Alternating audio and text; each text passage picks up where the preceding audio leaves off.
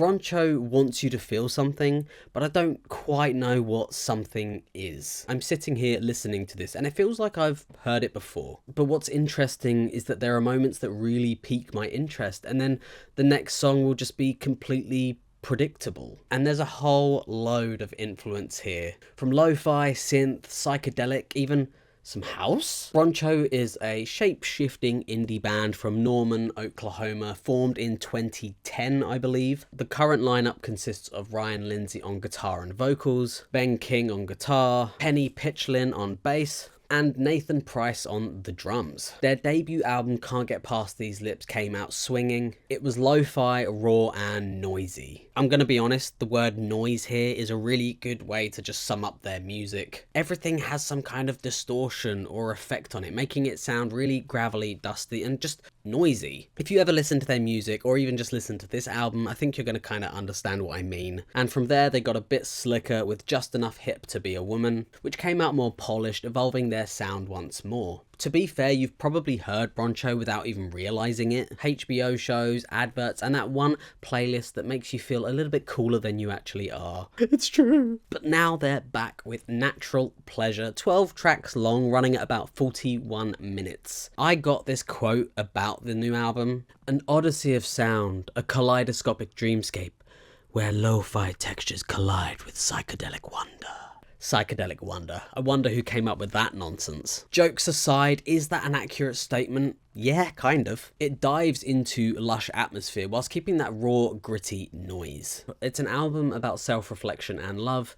At least I think it is. I mean, I can't understand a word that's going on, but it doesn't ruin the experience. Starting with the opening track, Imagination. And it comes in sounding like a daydream. It's warm, it's fuzzy, and it has a keen sense of like nostalgia. It's all quite lush, and actually it's feeling a little too bright sometimes. And that brightness is especially noticeable on the higher frequencies of the vocal or like the guitar strum. But overall, it's very dynamic. The drums feel punchy whilst keeping that airy, sandy feel about it. In terms of vocal performance, I'm kind of torn. On my first listen, I think I understood perhaps one word. I totally get using the voice as an instrument, guiding the emotion of the listener. But I feel like there needs to be more vocal variation or tone. There needs to be more of a journey. That understated, high-pitched vocal oftentimes sounds, whilst good in some places, very one-dimensional, especially if your overall goal is to feel ambiguous. But then we come to the next song, Funny, where I think the vocals really work a treat, especially in the first moments of the track. It feels very similar to the opener. It's quite airy and bright. It has an offbeat chime with subtle nods to Billy Joel. I like the contrast between the guitars and that really synthetic sounding snare. Overall, quite a nice track. But it's not until after these two songs that I feel like things start to step it up a notch and things become slightly more interesting.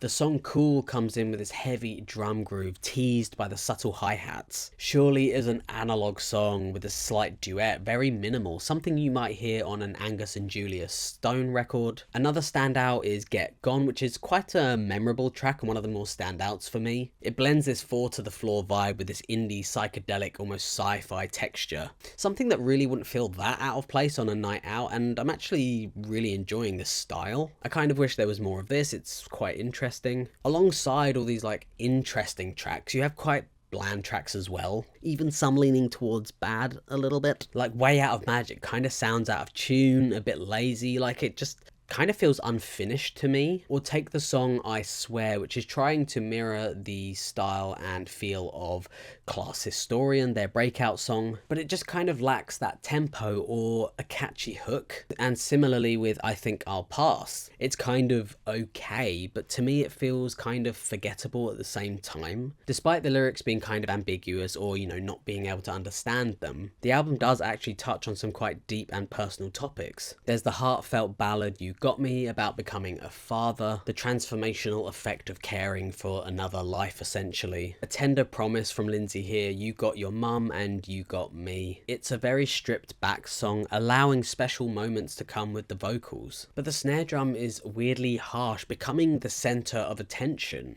The contrast between the production and lyrics are quite confusing on this song, which is quite unfortunate because it's actually a really nice intimate track that I think had way more potential if it wasn't for that one jarring moment. Another highlight is original guilt, inspired by living in a heavily Christian area of America and the inherited sense of guilt that comes with like being brain-fed Christianity as a child, or just religion in general. And that's mirrored in the music with this church bell that plays throughout. And in the final verses, you really hear that magic you get from Lindsay's voice, and it's those moments of emotion that I've kind of been waiting for throughout the album. Obviously there are other bits here and there, but this one in particular is like a good highlight of what he can do. And then finally we come to the last track, Dreamin, and I actually quite vibe with this song. Vibing being what all the youngsters say. It feels cleaner than quite a lot of the album. It's like they've swept through with a broom, clearing away mounds of dust, leaving that slight layer of flavour. Yeah, weird analogy, I know. Drums and guitars sound nice together, and they finally give some space for Lindsay's vocals to just push through, sounding quite nice overall. Yeah, it's an album that floats somewhere between daydream and distortion. Beautiful 1 minute and then bewildering the next. There's tracks here that really land, where BRONCHO's mix of fuzzy textures and emotional undercurrents hit just right.